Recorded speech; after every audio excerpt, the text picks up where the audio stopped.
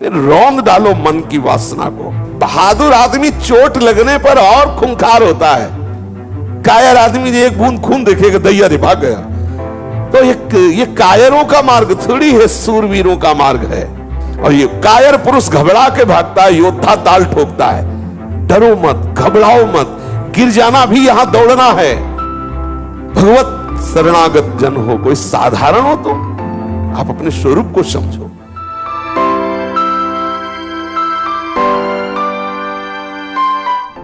सावधान होकर के उपासना में लगो। मर जाओ किंतु प्यारे का चिंतन न छूटने पावे। इतना भी कष्ट आ जाए कि प्राण निकल ले तो भी हम अपने प्यारे का चिंतन। ये कैसे बैठते हो कि तुम्हें काम क्रोध का इतना लंबा चिंतन हो जाता है कि आप विचलित हो जाते हो। कितने खाली हो आप, जरा विचार करो। स्फुरना होना बात अलग है, आप उसमें डूब गए, आप उसकी चेष्टा में आ गए, मतलब कितना अंतराय है आपके भजन में। बातें बनाने से नहीं बनेगी बात। आपको इतना समय कैसे मिला, क्यों आपको इतना मनन करा रहा है कि आप बाहर देख लो, आप वो चेष्टा कर लो। आपको इतना समय के मतलब भजन के अंतराय का बहुत समय है आपके बीच में। आप अव्याव्रत भजनात् में नहीं हो। रौंद डालो मन की वासना को। राधा राधा राधा राधा राधा सुनो ही मत वो जो कह रहा है राधा राधा। अपनी बात सुनाओ, देखो अगर अधीन ना हो जाए तो कहना। लेकिन राधा राधा और बस हम सुनने में लग गए, देखने में लग गए, चेष्टा में लगे। बोले अरे नाम का कोई प्रभाव नहीं आ रहा। युद्ध है, वो भी तो भगवत स्वरूप है, कोई साधारण है क्या? मन इंद्रियाणाम मनश्चास्मि। योद्धा तभी आनंदित होता है जब जोड़ का योद्धा होता है। अगर ममई वांसो तो तू सच्चिदानंद प्रभु का अंश है। तो वही कह रहे हैं कि इंद्रियों में मन मैं हूं, बराबर का जोड़ है, कोई खिलवाड़ थोड़ी है। और ये कायर पुरुष घबरा के भागता है, योद्धा ताल ठोकता है। हरि का स्वरूप जीव है, हरि का स्वरूप मन है, और इसको परास्त कर लो। आप सजेति सजेति सतरति सतरति स लोकांतारयति। अगर ऐसा नहीं हो तो भोगो नरक, मरो जाकर के भी। खेल है। अब इसमें कहो कि भगवान सहयोग कर रहे, तो शास्त्र और संत और सदगुरुदेव रूप से कौन बोल रहा है? वही तो तुम्हें संभाल रहे, तुम्हारा पक्ष ले रहे। आप अश्रद्धा करो, आज्ञा का उल्लंघन करो, भोगो जाके, मरो जाके। संसार उसी प्रवाह में बह रहा है। अगर बचना चाहते हो तो उनकी आज्ञा में रहो। मर जाए किंतु प्यारे का चिंतन न छोड़े, इसी का तो नाम भक्ति है।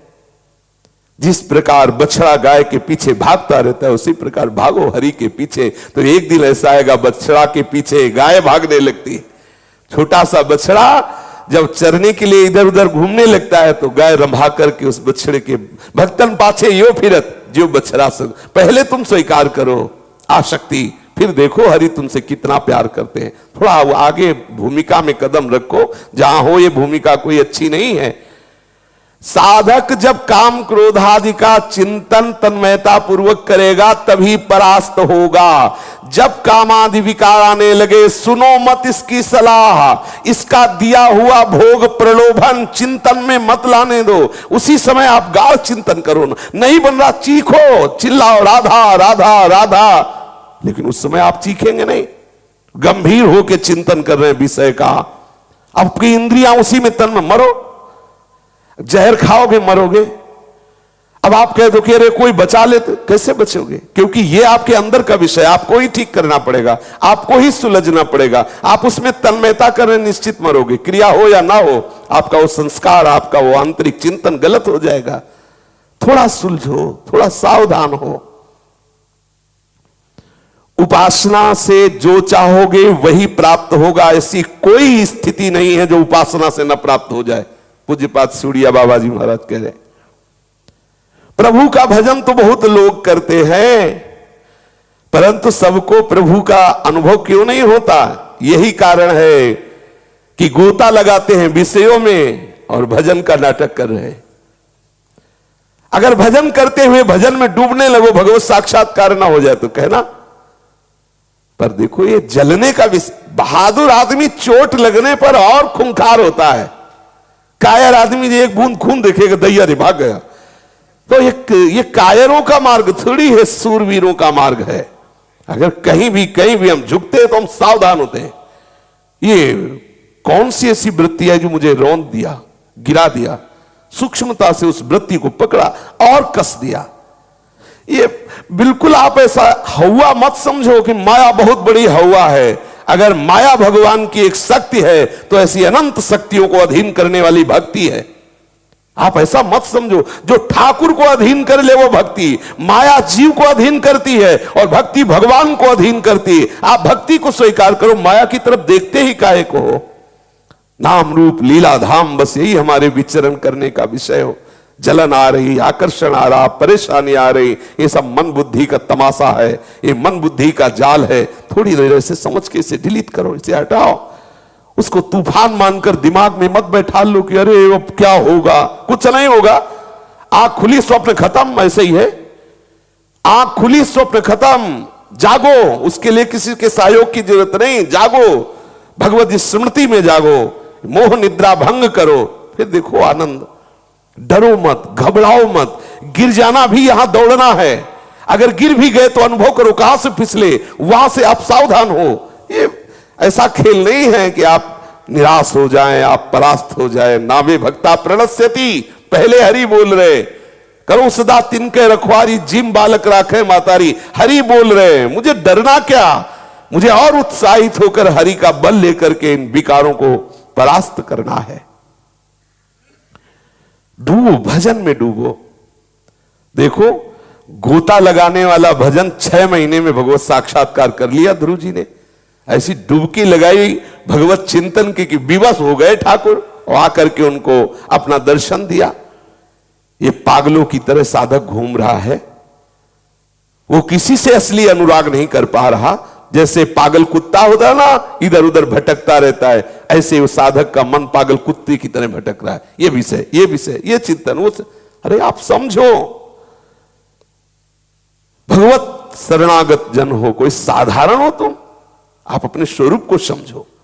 भजन परायण, आसनों पे बैठो, मन को मारने के लिए निरंतर भजन स्मृति, सूक्ष्म आहार, मौन, गंभीर, निरपेक्ष, अंदर से जितनी वृत्तियां सबसे निरपेक्ष, कोई परेशानी। तू दिन भर काम चिंतन कर मन, मुझे कोई परेशानी नहीं। राधा राधा राधा देखते अपने आप अधीन, उसको छूट दे दो, जा, मैं तेरे पीछे डोलने वाला नहीं। कर चिंतन, तू विषय चिंतन कर, मेरे बिना तू करके दिखा क्या करता है। राधा राधा राधा राधा, परास्त हो जाएगा। ये नहीं हम केवल प्रवचन कर रहे हो, ये जले हैं, यात्रा चले हैं, ये यात्रा चले हैं। 13, 18, 22, 30, 35, 40, 45 और आपके सामने बैठे, पूरा जीवन इसमें। पर गुरु कृपा से, संतों के सत्संग से, शास्त्र कृपा से बात समझ में आती रही। हर बात सहने से दूर हो जाती है। सहन करो, शिकायत मत करो, उस विषय में बोलो मत, उस विषय में प्रश्न मत करो, उसका महत्व ही मत रहो, नष्ट हो जाएगा, खत्म हो जाएगा। और उसको आप बार बार चिंतन करेंगे, बार बार उसका महत्व रखेंगे। अरे काम आ गया, अरे अब तो नष्ट हो गए। वो आया इसीलिए था, तुम्हारा चिंतन छुड़ाने के लिए, तुम्हें भगवत विमुख करने के लिए। कभी कभी गुणों के चक्र से ऐसा होता है, बहुत भजन में मन डूबता है, कभी कभी बिल्कुल भजन में मन नहीं लगता। तो हो ध्रुवदास जी लिख रहे हैं, कबहू तो थोरो भजन, कबहू होत विशाल, मन को धीरज छुटे नहीं, गाय न दूजी चाल। धैर्य पूर्वक करो, नहीं भजन हो रहा कोई बात नहीं, लेकिन बुरे आचरण नहीं होने देंगे, मनोरंजन नहीं होने देंगे, कुसंग नहीं होने देंगे, ठीक है। थोड़ी देर बाद देखना फिर डूब जाओगे भजन में। अगर हमारा मन भजन में नहीं लग रहा, कोई बात नहीं, बैठे हम, गलत आचरण नहीं होने देंगे, शास्त्र विरुद्ध क्रिया नहीं होने देंगे। मन तुझे जो करना है कर, राधा। थोड़ी देर बाद देखो, ये सब अनुभव की बात, थोड़ी देर बाद मन फिर आ जाता है, फिर शांति, फिर तदात्म। अब अगर वो मन नहीं लग रहा, बोले चलो थोड़ा बाहर घूमे, आंख चराना शुरू कर दिया, इंद्रियों को चराना शुरू कर दिया, भ्रष्ट होने के चांस उसी समय वो पकड़ लेगा कोई न कोई ऐसा जो आपको एकांत में भ्रष्ट कर देगा। इसलिए सावधान रहिए। बहुत बड़ा अवसर दिया है प्रभु ने भगवत प्राप्ति के लिए। ये पागलों की तरह चेष्टा बंद करो, असली वस्तु की तरफ लगो। ये पागल कुत्ते की तरह इधर उधर मन को भटकाना बंद करो। ये नानात्व में जब तक तुम्हारी बुद्धि रहेगी, वास्तविक तत्व का बोध नहीं होगा। सच्चा अनुरागी एक तत्व में लगता है, एक विषय में लगता है, वही वास्तविक भगवत अनुराग को प्राप्त होता है। एक, कल भी चर्चा हुई थी, एक पे अनेक से एक में आओ। निरंतर चिंतन से ही अनुराग होता है। वाणी से गुणानुवाद करो, हृदय से उन्हीं का चिंतन करो, नेत्रों से किसी और रूप में आसक्त मत हो, अपने इष्ट के रूप की तरफ देखो। ये जगत नाम की वस्तु ही नहीं है, केवल सियाराम ही सियाराम है। पूज्यपाद बाबा कह रहे हैं केवल सियाराम ही सियाराम है, बस सियाराम ही सियाराम है। भक्त और भगवान दोनों चिन्मय हैं। जब चिन्मय तत्व का चिंतन करता है तो भक्त का मन चिन्मय, बुद्धि चिन्मय, ये सब भगवत स्वरूप हो जाते हैं। घबराओ नहीं, खेल है खेल, तुम्हारी हानि होनी नहीं, पहले लिखित ले लो। नामे भक्ता प्रणश्यति, तुम्हारी हानि नहीं होनी इस खेल में, तुम्हारी विजय होनी, ये देख लो। प्रमाद करोगे पीटोगे पक्का है, प्रमाद मत करो। प्रमाद करोगे तो फिर सूत्र दूसरा लग गया। आज्ञा के अनुसार चलोगे तो भगवान स्वयं कह रहे क्षिप्रम भवति धर्मात्मा, मैं उसे महात्मा बनाऊंगा, मैं उसे धर्मात्मा बनाऊंगा। साधुरेव समन्तव्या सम्यक व्यवसिता हिसा, उसे आज से ही साधु मानो क्योंकि उसने मेरा आश्रय ले लिया, अब निश्चित वो महात्मा बन जाएगा। भक्त और भगवान दोनों चिन्मय होते हैं। गलती ये होती है हम चिन्मय का चिंतन छोड़कर पार्थिव चिंतन करने लगते हैं, फिर हमें दो दिखाई देने लगते, फिर हमें बहुत दिखाई देने लगते, बस यही फंसाव हो जाता है। अरे भक्त तो ऐसा होता है, मोक्ष की भी चाह नहीं करता है, वो तो भगवत चिंतन में प्रेम में डूबना चाहता है, वो मोक्ष भी नहीं चाहता। आप जैसा चाहोगे वैसे ही प्रभु आपके सामने रूप रख के आएंगे। देखो प्रहलाद के लिए भगवान ने कितना सुंदर रूप त्याग के भयंकर रूप धारण किया, नरसिंह रूप धारण किया। आश्चर्य है, सेन भक्त के लिए आप नाई रूप धारण किए। आप जैसे प्रभु को चाहोगे वैसे प्राप्त कर लोगे। आप प्रेमवश अधीन होने वाले प्रभु के केवल चिंतन में लगो, जैसा चाहोगे वैसा प्रभु आपको अनुभव कराएंगे। बाबा कह रहे हैं इष्ट देव का निरंतर चिंतन करना आपका मुख्य कर्तव्य है। जैसे मिश्री के खिलौने में जिधर से भी छुओ मीठा ही मीठा है, ऐसे ही प्रभु आनंद ही आनंद है, आनंद बपू है। आप जुड़ो तो फिर आपको लगेगा कि नाम भी तो जप रहा हूं, पाठ भी कर रहा हूं, लेकिन हृदय प्यारे उसको जलना होगा। बिना स्वर्ण तपे चमकता नहीं है, थोड़ी देर मन को जलना होगा, क्योंकि उसमें प्रेम रस आना है ना। तो जैसे मटकी कच्ची हो तो बिना आवे में तपे वो रस रखने लायक नहीं होती, अगर डाल दिया जाए तो मटकी फैल जाएगी। ऐसे ही तुम्हारा मन रूपी मटका अभी कच्चा है, तो उसे ताप में तपाया जा रहा है। सहन करो चुपचाप, आप मन थोड़ी हो, थोड़ा सहन करो, पक्का होगा तो यही मन आपको आनंद में डुबो देगा। आप तो केवल इष्ट का चिंतन करो। भक्ति का आधार तो श्रद्धा और विश्वास है। श्रद्धा विश्वास से आप ये बात स्वीकार कर लो, प्रभु हमें बहुत प्यार कर रहे हैं, हम कभी परास्त नहीं होंगे, हम केवल प्रभु के चिंतन में लगेंगे, जितने भी कष्ट आएंगे उनको हम स्वीकार करेंगे। जब स्मरण के लिए किसी प्रकार की चेष्टा ना करने पर भी सतत स्मरण चले, तब समझना कि आप भक्ति का रंग आ गया है, अब भक्ति आई है, स्वाभाविक भगवत स्मरण हो रहा है। देखो जब ऐसी याद आ जाए, जैसे शरीर का आप ध्यान नहीं करते, शरीर का आप जप नहीं करते, पर शरीर को कभी भूल नहीं रहे, ऐसी जब भगवत प्रीति उदय हो जाए, भगवत स्मरण तार, भगवत चरणारविंद से इतना अपनापन, तब समझना कि भक्ति का रंग आ गया है।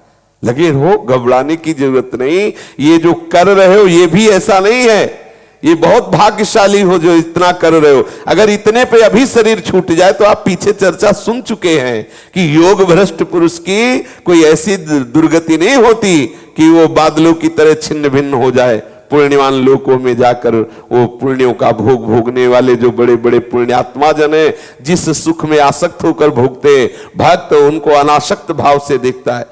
फिर श्रीमान कुलों में जन्म लेकर वो वहां भी अनासक्त होकर फिर भजन मार्ग से पूर्णता को प्राप्त होता है। हानि तो होगी ही नहीं, पर हम समय क्यों बर्बाद करें, हम ऐसी निराशा क्यों हृदय में लावे जो हमें नाम छुटवा दे, धाम छुटवा दे, भजन छुड़वा दे। ये मन की चाल यही है, माया की चाल यही है कि वो आपको आगे नहीं बढ़ने देगा, मान लो।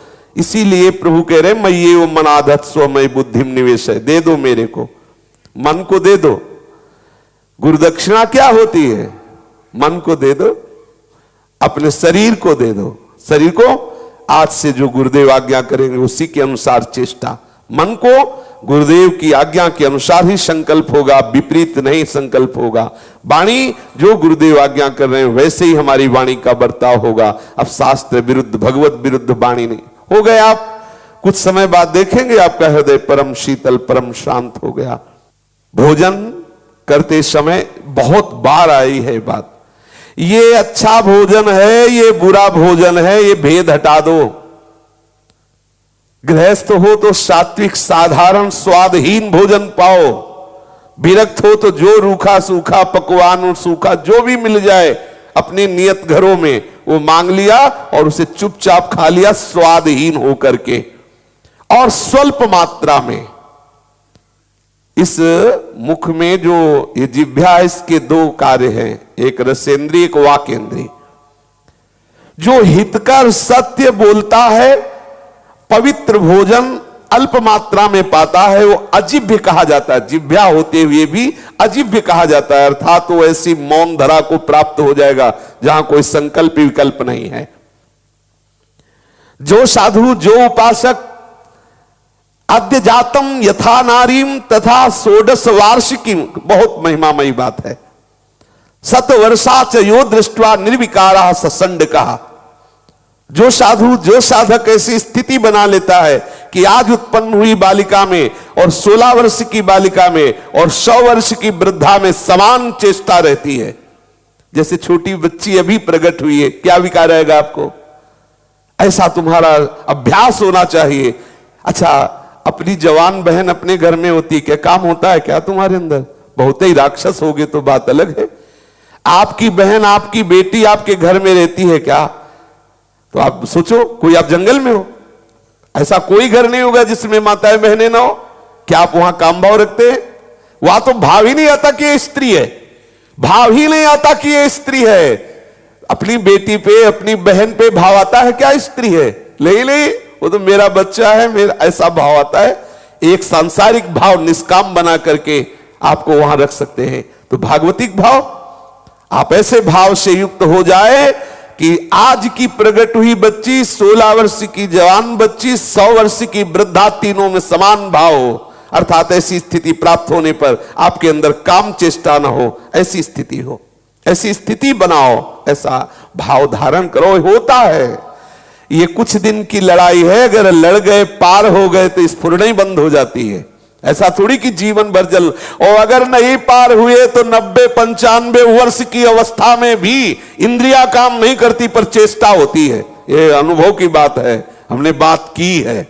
हमने सोचा जब नवीन अवस्था थी, क्योंकि सबको इस युद्ध में तो लड़ना ही होता है। ऐसा थोड़ी कि आप ही जल रहे हो और अपने को जलन नहीं, बावरा कर देता है, सबको एक बार रुला देता है। चीख चीख के पुकारना होता है, प्रभु कैसे बचे। बड़े बड़ों को मन में आया कि ये सब 30-40 तक की झंझट है। छोटे थे, मन में आया कि ये 30-40 तक होता होगा, इसके बाद तो एक 92-95 वर्ष के ब्राह्मण साधन करते हुए वयोवृद्ध थे, उनसे एकांत में मिले। उनका बाबा नाराज मत होना जो मैं पूछ रहा हूं। तो उस समय ब्रह्मचारी जी कहते थे, क्योंकि नैष्ठिक ब्रह्मचर्य की दीक्षा लेने पर संन्यास मार्ग में सब ब्रह्म, तो उनका ब्रह्मचारी जी नाराज होने की क्या बात आप पूछेंगे? तो उनका बात ये कि मुझे लगता है कि 30-40 में काम वेदना समाप्त हो जाती होगी, क्या ये बात सच्ची है? तो उन्होंने कहा, ब्रह्मचारी जी 95 वर्ष की अवस्था है हमारी और मन की दशा वही है, शरीर काम नहीं करता। निराश हो गए हम। कहा मतलब अवस्था से संभलने वाली बात नहीं है, ये भजन से संभलने वाली बात है, साधन से संभलने वाली बात। तो ये कभी अगर कोई सोचे कि अवस्था आगे आएगी वो आप ठीक हो जाओगे तो बेकार की बात है। मतलब 85 और 90 वर्ष की अवस्था में भी वो अपने साधन विहीन आचरण करते हुए पाए गए। वो मतलब भ्रमण करते समय ये सब देखने को मिलता है, अनुभव करने को मिलता है। आश्रमों में एकदम पागल बन करके चुपचाप रहो, हर चेष्टा आपको दिखाई देगी। और ऐसे ही भ्रमण जब किया जाता है तो ऐसे किया जाता है, एकदम पागल बन के रहा जाता है। वो यही समझे कि एकदम पागल, इसको कोई ज्ञान नहीं हो, तुम पूरी सूचना सब पता चलेगा, कौन किस आचरण से युक्त है, कौन कैसे चलता है, कहाँ है, और चतुरता से निकलते रहो, आगे बढ़ते रहो, और वहां ये शिक्षा लो कि किस आचरण के कारण ये गंदगी है, किस वृत्ति के कारण ये अपने आप को नहीं संभाल पा रहा है, और साधक आगे बढ़ता रहता है। तो एक सूक्ष्मता की बात समझ लीजिए, इस पर आपको विजय पाना है, ना कि अवस्था से जाता है, नहीं जाता अवस्था से। कैसे विजय पाना है, आज ही निश्चय कर लो, मुझे नहीं भोगना, क्योंकि ये मेरा सुख नहीं है, ये इंद्रियों का विलास है। सच्ची मानना, एक बार तो इतना तूफान आएगा कि आपको लगेगा कि ये परमार्थ हो, ये बाबागिरी हो, ये भजन, सब आग लगे जाके, ऐसा आएगा। और अगर आप तैयार स्थिति में सहते गए तो एक दिन ऐसा आएगा कि आप इस स्फुरना होने की भी गुंजाइश नहीं रह जाएगी आपके हृदय में। देखना, आप देख, लेकिन है बहुत बलवान, ऐसा भी मत समझ लेना कि ऐसे अगर हिम्मत करके नहीं चलोगे तो फेल हो जाओगे।